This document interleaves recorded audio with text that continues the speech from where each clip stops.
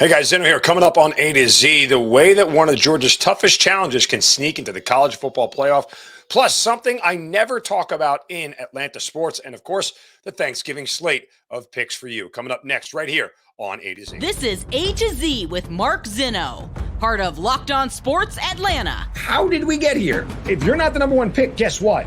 You have no guarantee. That's where you are. And it starts. Does that make me a genius? Yes.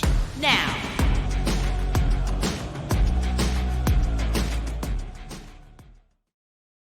Good afternoon. Welcome to A to Z here on Locked On Sports Atlanta, where today I tell you it's really hard to kill your nemesis. Welcome in. We are live here on this Wednesday of Thanksgiving Eve. I hope everybody's getting themselves set for the feast that will be tomorrow of football, family, turkey, everything. Hope everybody's going to have a wonderful Thanksgiving. Appreciate you guys joining me here on this Wednesday. Give us a follow on Twitter at LockedOnATL. I'm at Mark Zinno, MarkZinno. Don't forget to subscribe to our YouTube channel. Give us a thumbs up and a like to the content there. We're getting so close to those 5,000 subscribers. You guys are helping get us there. So please give us a follow on YouTube. Subscribe to the YouTube channel. And, of course, we're on Roku TV. Anywhere you get your Roku TV, your Amazon Fire Stick, download that Roku TV app. Check out all of the shows right here on Locked On Sports Atlanta. All right. I wanted to start today with the latest in the college football playoff rankings. Because, we talked about this throughout the entire week, but I think a couple of things have become readily apparent here. And let me just start with the one thing I thought that was kind of hokey or quirky, annoying, if you will. And simply put, the top four stayed exactly the same. They all survived in advance. That's the way it's going to go the rest of the way out. And LSU being bumped up to number 5 ahead of USC, to me, more than anything, as I fix my chair here, more than anything, was annoying just simply based off the fact that LSU had to go out and beat UAB, and USC had to survive against a top, at the time, 20 team in the country, top 15 team in the country, in UCLA, and their rival game, and they got no credit for it. That to me is weird. I guess LSU is looking at the wins over Bama and Tennessee, or wins over Tennessee, Bama, and who else did they play? I don't remember. Who was their other big win? But anyway, their win over Alabama is something that they're going to, put a feather in their cap for. I guess Ole Miss was the other big one at the time. They're inside the top 10. But anyway, so I keep telling you guys LSU is overrated. I kept telling you guys that Tennessee was overrated. And LSU is going to get exposed here coming up in 2 weeks in the SEC championship game, and it's not going to be pretty. Get ready, Tigers fans. Payback for 2019 is coming. That said, USC comes in at number 6, LSU at 5, and the top 4 are where they are. Just 2 other things to note. I should say 3 other things. Tennessee falls to number 10. That's expected. Oregon at 9. Clemson is now at 8, up a spot, and Bama is at 7, up a spot. Okay.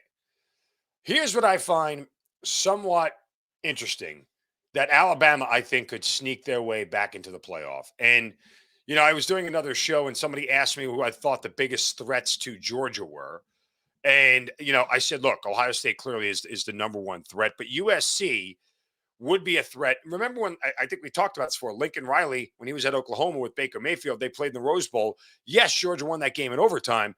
But if I recall correctly, Oklahoma put up like 45, 50 points on Georgia in that game. Whatever, it was some huge number. I don't remember exactly what the score was. Georgia fans would tell me. So it's not like Lincoln Riley's offense isn't good enough to get past the Kirby Smart defense. I think you have to acknowledge that. He's got equally as good a quarterback right now at USC and Caleb Williams as he did in Baker Mayfield. You could argue Georgia's defense is better. You're probably right, given the one that they went to the college football playoff with last time. But we're on that first time, I should say. That all said, I think USC is a threat. And then, of course, I said, obviously, the other threat is Alabama. Because it's Nick Saban, and Nick Saban against Kirby Smart's always going to be a coin flip. Doesn't matter who is better. Doesn't matter who has the better talent. Those games are as rivalry ridden as Yankees, Red Sox, Army, Navy, whatever. It doesn't matter who's got better athletes. The 2 teams will play each other close pretty much every single time. So somebody said to me, well, Alabama can't get in. I said, whoa, not so fast, as Lee Corso would say. They can get in, and I'll explain how. So here you go. Georgia smacks LSU. That knocks them out. Okay. Ohio State smacks Michigan this weekend. And Michigan now, with the loss of Blake Corum, if he doesn't play, sort of is a wounded duck, if you will. Not that that necessarily matters to the playoff committee, but they're clearly not as good of a team. TCU loses in their conference championship game. Means TCU does not win the Big 12. USC loses their conference championship game, or they lose this week and then lose the conference championship game. One or the other is going to be the case. Clemson loses their conference championship game. Who is left, guys? It's not LSU with 3 losses. It's not TCU who's a non-conference champ. It's not USC who's a non-conference champ. And it's not Clemson who's a non-conference champ. The only other option the committee would have at that point in time, after Georgia, Ohio State, Michigan, who still gets in, okay, even after losing to Ohio State, would be Alabama or a 10-2 Oregon who's a Pac-12 champ. I think the committee would take Alabama in that sense. I think they absolutely would take Alabama, despite the fact that Oregon has a conference championship. I mean, to me, that's what they're telling you. The fact that Alabama is 2 spots ahead of Oregon right now tells you that Alabama has a better resume. Now, how much will they weigh the conference championship win over USC enough to push them above Alabama? We'll find out this week after everything sets up, right? Because Michigan, Ohio State's going to take care of itself. I think that, USC, they could lose this week. TCU could lose this week. Like a lot more. There's still a lot more that could shake out. But I wouldn't absolutely consider Alabama dead at this point in time. I think that's a little bit presumptuous to think that if all those things could happen, and could Clemson lose to North Carolina? Yes, they could. They lost to Notre Dame, for crying out loud. They could lose to North Carolina. USC, we know, can drop one. They've been playing with fire. TCU has been playing 1-score games or 10-point games, if you will, for every game since October. They haven't won a game by more than 10 points since October 1st. And, if LSU upsets Georgia, which isn't going to happen, obviously that would put them in. But, again, nonetheless.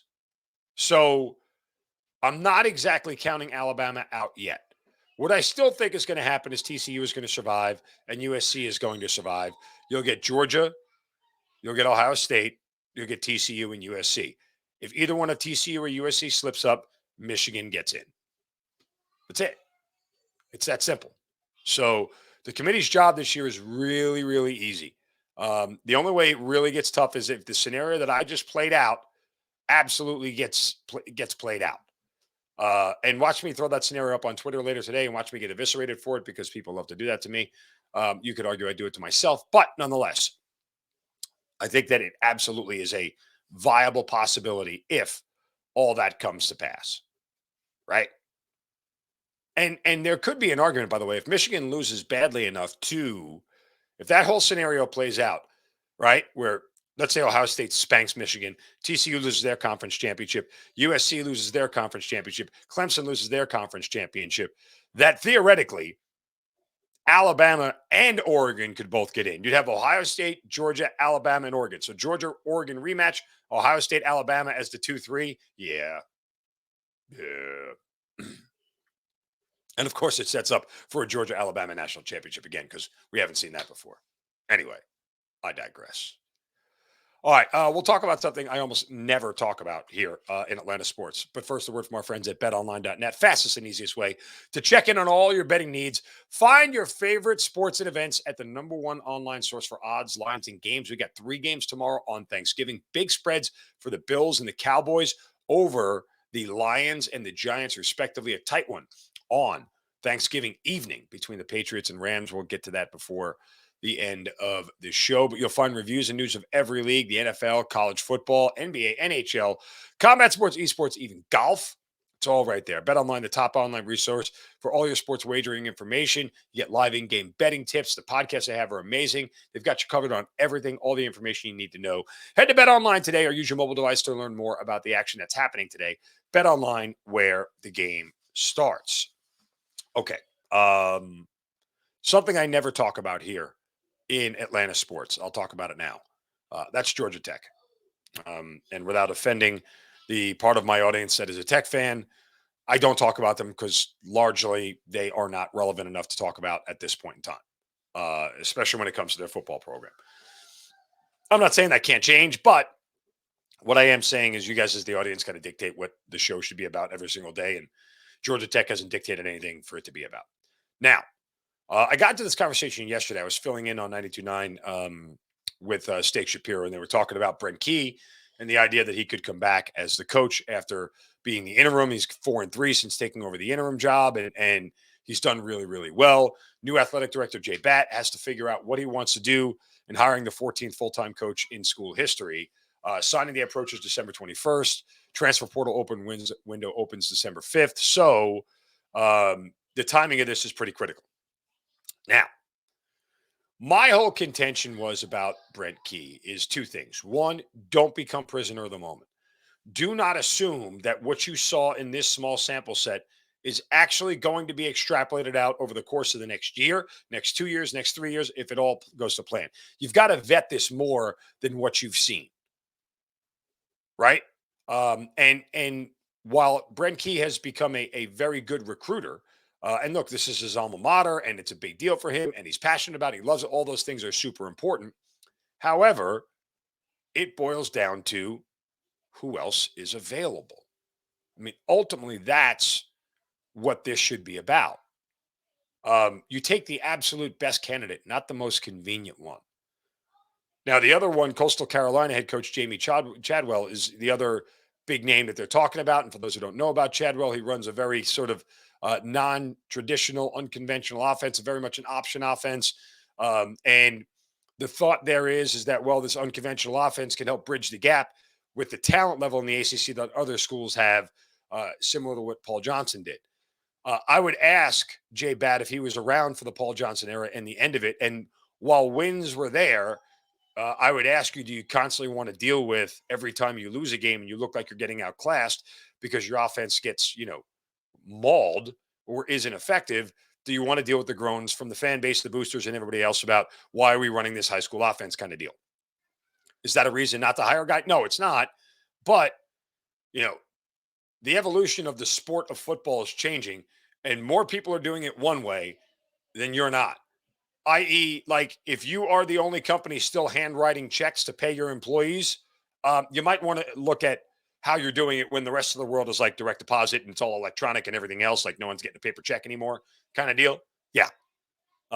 You might not want to be the only one still handwriting checks from a checkbook to pay your employees. There's probably something, off there. It's not that it can't be done. It's just a little bit off. But let's just think about this objectively. And I'm not even saying any of these names are viable options for Georgia Tech. But hypothetically speaking, if Deion Sanders was an option, would you take Brent Key or would you take Deion Sanders? I think the answer is obvious. If Matt Rule wanted to come to Georgia Tech, would you take Matt Rule, who's rebuilt two programs, not one, but two, one at a group of five level, the other at a power five level, and made them contenders? Would you want Matt Rule or would you want Brent Key? I think you know the answer. You want Matt Rule. I mean, a lot of this also has to depend on who else that they are looking at. What are the calls have they made? There are other coaches who have done really amazing things that you can go and get, and you don't have to go down to the group of five level to pull somebody up there to do it. You kind of just got to do the search, right? Like the search is the search, and you got to do the search. So I don't know that necessarily there is a easy way to go about doing this. I think in general, you know, uh, if they're going to get this right, the way to do it is not to rush it and try to get it done before a certain time frame because of X, Y, and Z. Um, yeah, I mean, I don't. I'm not sure that is the easiest way to go about doing this, and this has got to be a long process. Whoever you're going to hire is going to be a very long process, and yeah, what does that look like? I don't know, guys. I mean, it's tough. It's really, really tough. But it's one of those things where if you if you get it wrong, you're in a spot where you are right now. You're hustling to try to find something to get right again. I just, I couldn't begin to sit there and tell you all the names that may be out there of who would want to do it. But I mean, again, if you're going to reach into the group of five, right? Like, why are you going to Coastal Carolina? Call Luke Fickell at Cincinnati, right? Like, call a school like that. Call a program that has been near, winning 10 games every single year, that has an offense that looks like offenses look, right? That to me is one of those things where you really start to uh, get a sense of what these teams or what your team could be with those kind of coaches. Why not give that guy a whole bunch of money? And that's the other thing, by the way. The money issue is the real thing. Like, my feeling here is that if they go with Brent Key or they grab Jamie Chadwell from Coastal Carolina, part of the decision is financial. And that's the wrong reason to hire a coach. Now, again, it's not my money. And it's not, I don't have to ask boosters for extra money to pay a head coach or pay off the old head coaches or whatever. But the finances of this thing really should be at the bottom of the priority list, because the finances sort of take care of themselves as the football takes care of itself, right? The finances only don't work out when you lose. But why wouldn't you call a Luke Fickell type coach who has gotten Cincinnati to the college football playoff and see if he wants to overtake or take over an ACC team? Because again, in reality, there's not that many coaching jobs out there of Power 5 nature. Obviously, Auburn's there, Nebraska is there. Like, those are the two prime jobs that are out there. Is he a guy that's going to get that call? No, but that's what waiting it out does. Let those jobs get filled and then pick up the phone and figure out if Lou Fickell's still available. Because guess what? Brent Key is always going to be there. No one is trying to steal Brent Key from you. And at worst case scenario, you got the guy that at least in the interim, in the short term, made your team a little bit better. Give him a 2 or 3 year deal, prove it, and see what happens. And wait for the next, when the coaching cycles all turn over again. So I don't necessarily think you need for 1 second to make this announcement within the next 10 days or so, like some are asserting. I think you wait this thing out and figure out what the best option is. I genuinely do. Like, I honestly believe that is the best way to do it. All right. Before we get to some NFL picks for Thanksgiving. And, oh, by the way, big game tonight for the Atlanta Hawks. That's coming up. But want to thank you guys for making Locked On Falcons and my good buddy Aaron Freeman your first listen every single day. For your next listen, check out the Locked On Sports Today podcast. You get the biggest stories of the day, instant reactions, big game recaps, plus the take of the day. It's all available on the Odyssey app, YouTube, and wherever you get your podcasts. Again, it is the Locked On Sports Today podcast. Remind you guys to check out our YouTube channel. Subscribe to the Locked On Sports Atlanta YouTube channel. Trying to get to 5,000 subscribers. Love to do it before this Thanksgiving holiday weekend is out. So if you haven't done it yet, please, right now, go to YouTube, look up Locked On Sports Atlanta, click that little subscribe button, and check out all the great content here. Throw some thumbs up to the A to Z that you get every single day and all the other great shows on the Locked On Sports Atlanta podcast network, and subscribe to the YouTube channel. All right. Couple things here before we have to do Shovels of Wisdom, but I want to remind everybody, Hawks got a big game tonight against the Sacramento Kings coming in here. And it's going to be really interesting because in case Hawks fans have forgotten, they may or may not have forgotten, but they may have forgotten. The Atlanta Hawks are taking on a Sacramento Kings team that they traded away some guy named Kevin Huerter for. And in case you haven't noticed, Kevin Huerter is making, what is that number? 50% of his 3-pointers this year. 50. Last time I checked, that's good. Could be wrong. That's good. And it's not like Kevin Huerter's only chucking up 2 3-pointers a game. He's attempting 7, and he's making nearly 4 of them.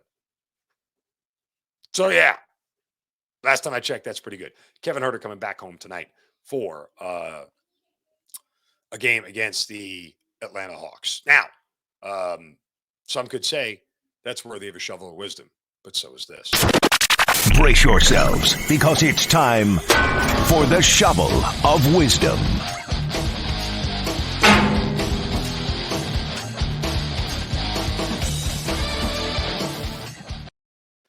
Hey, you know how we do it. Every single day, we have to hit somebody right upside the head and, set them straight for saying or doing something stupid. You could do so on my Twitter account at Mark Zinno. Just use the hashtag shovel of wisdom. And today, my shovel goes to Peter Burns. Peter Burns works at ESPN. And not sure if you guys saw this, but this happened on Saturday. I just saw it today, which is why I'm putting this out there now. But Ben Watson, former NFL tight end, was on the show, and apparently Ben Watson was wearing like a light blue suit, and everybody was wearing a dark suit. And so Peter Burns decided to sort of make a little bit of a joke of the fact that he was wearing a different color suit. And well, it went awry pretty quickly. Take a listen. 45-20. By the way, did you not get the memo on the suits? We all went dark today. You're like Easter service. Y'all kind of leave me out. But man, as long as I get the text from my wife that says I look good. Oh, really? So send me the text, babe. Send me the text. It's not the one she sent me. Whoa. Hey, dude, you don't talk about another dude's wife on national television. Just don't. The joke never is going to land well. You don't know. It doesn't matter how good of a friend you are. It's a bad look for you to talk about another man's wife on national TV where he can't turn around and jab back at you over the top of the level that you did, because then he looks like the bad guy. You know, if he comes back, oh, that's not your last time your wife texted me. Everybody looks ridiculous, and you don't put people in that position. Peter Burns, it was stupid. You probably should apologize. Apparently, they put a picture on Twitter that said they're still friends, although Ben Watson didn't seem to be too pleased. Ben Watson actually tweeted out, "You still owe Mrs. Watson an apology," and he's right. You do. It was a bad attempt at a joke on national TV. It landed flat, and you probably should apologize for it. But again, neither here nor there. So, just remember that, folks. Don't talk about other people's spouses on national TV. Unless you're being highly complimentary, keep work at work, personal life personal. Everybody will be fine. There's that. Okay, let's get to some Thanksgiving slate games here. We actually have a really good slate of games here on Thanksgiving. That's going to be somewhat interesting. I'm kind of genuinely enthused to watch all of these games unfold. First game, you have Buffalo and the Lions in Detroit. Now, a couple of things here to note. Buffalo played their last game, even though it's supposed to be home. They played it in Detroit, and they stayed there. So they are now actually the more rested team. Why? Because the Lions were on the road in New York last week and had to travel, whereas the Bills got to stay in the same bed that they were in. And when it comes to a short week, believe it or not, that matters. It matters to the players. It matters to their bodies having to get on a plane after getting beat up for 3.5 hours. So there may be a little bit of an advantage there. But the Bills offense finally got right last week against Cleveland. Even though the Bills ended up pushing their 8-point spread, it was because they let up garbage time points in the fourth quarter. They dominated Cleveland for a better part of that game. And against this bad Lions pass defense, I would suspect that the Bills can do the same. I think the Bills are going to score early and often and force the Lions to chase. As much as the Lions have been a little bit of a darling as of late, winning 3 in a row after a 1-6 start, I don't see them winning this game by any stretch. The question is, can Buffalo cover 9.5 points and win by 10? I am worried very much about a backdoor cover. That would be my hesitation more than anything. I think all the numbers and everything point to Buffalo winning this game, and being able to cover it. It's probably too many points for me to lay comfortably with a large amount of my money. I'll put a small bet on Buffalo and lay the 9.5 points, depending on where it is. If it gets to 10, it's a stay away. If you get me under 10 at 9.5, I could still back Buffalo. As soon as this gets to 10, it's Lions or pass. That's generally just how it goes. Remember, you bet numbers, not teams. So Buffalo's the better team, and I think their offense is going to start to look like it again. After a couple of weeks of being a little bit stagnant and a couple of games where you started to look at Buffalo and go, what's going on with the Bills? Are they really this? Are they bad? Are they not as good? Remember, they only scored 17 points against the Jets, and then they allow the Vikings to come back and win that game. I mean, it's been ugly. They just haven't really looked as crisp as you wanted them to since beating the Chiefs. So I think they get back on track. Hopefully, not a look ahead spot for them as they get the Patriots, um, you know, the following Thursday night.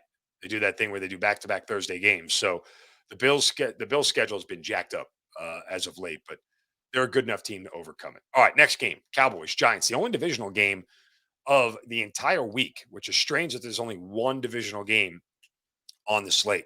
Cowboys are laying 9.5 points here. I know the Giants are a banged up team, and I know that the Cowboys have far superior talent, but there's a couple of things here. Cowboys struggle to stop the run. That's a huge plus for the Giants. Saquon Barkley should have a very, very, very good day. And that is enough for the Giants to keep that Cowboys offense off the field. The last time these two teams played, it was a one-score game. Granted, it was Cooper Rush, but still, it was a one-score game. The Giants absolutely have as much motivation as they've ever had to win this game. If they lose this game, they essentially fall 2 games behind the Cowboys in the standings. Both teams are 7-3. Cowboys would have the head-to-head tiebreaker over them. So the Cowboys at 8-3 and the Giants at 7-4, they would have to. It's a 2-game hole. They've got to get a better record than the Cowboys to finish in front of them, and this effectively relegates the Giants to being a lower seed than the Cowboys as a wild card if neither one of them catch Philadelphia. So yeah, that's motivation is a big thing. Plus, divisional dogs this year have been covering at a nearly 60% clip, and divisional unders are coming in at a 60% clip. If that's the case, to cover 10 points at a spread of 45 is difficult. You have to win the game, 27-10 in that range, right? And it's tough 30-13. That's where you have to be to stay under the total. And could the Giants only score that few points? Maybe. Plus, oh, by the way, the injury to Micah Parsons, even though he balled out on Sunday against the Vikings, he dinged up his hamstring again or whatever it was that was bothering him. So he might not be 100%. It's a big plus for the Giants. So I'll take the 9 points with the New York Giants. And then finally, the nightcap between Patriots and Vikings. Line opened at 3. It's now down to Minnesota -2.5. Early money came in on the Patriots after their very, very big defensive win over the New York Jets. 2 ways you can look at this thing. Well, it's not that hard to shut down the Jets offense. You're right, it's not, but that doesn't preclude the Patriots defense from being very good. It's been good all year long. You're talking about a couple of issues here with Minnesota that are very important. Christian Darrisaw, their left tackle, out with a concussion, most likely. At least that's what we're seeing at this point in time. If that's the case, Matthew Judon is going to have a field day. And Kirk Cousins in prime time always never is a good thing. And I could see Judon burying Cousins into the carpet a bunch in this game. And that, is enough for me, again, to keep this thing where I think the Patriots can cover. A very low total at 42. And that is alarming to me for an offense like the Vikings that can score. It tells you what lines makers think of this game, that it's going to be tight. And if it's tight, give me the dog in this spot with the Patriots getting 2.5 points on Thursday night. Hawks, Kings tonight. Don't forget, we are off tomorrow, but we will be back on Friday for our ATL hangout with the entire Locked On Sports Atlanta crew. Well, at least the big, not the big, I don't want to say the big shows, but myself, John Chuckery, Jarvis Davis, Tanisha Batiste, the daily shows that you get. Don't forget about Locked On Falcons with Aaron Freeman. Make that your first listen. For your next listen, check out the Locked On Sports Today podcast, biggest stories of the day, plus instant reactions, big game recaps, and the take of the day. It's available on the Odyssey app, YouTube, and wherever you get your podcasts. Appreciate you guys joining me here. Everybody have a wonderful, safe, happy, healthy Thanksgiving. Best to you and all of your families. Go stuff yourself with some turkey. Skip over the mac and cheese. It's an overrated side. Trust me on this one. I know you think I'm crazy. I'm not. Always go get the cranberry sauce. And we'll be back. Talk to you guys on Friday. Have a great day. Have a great Thanksgiving. Don't take a crap from anybody. See ya.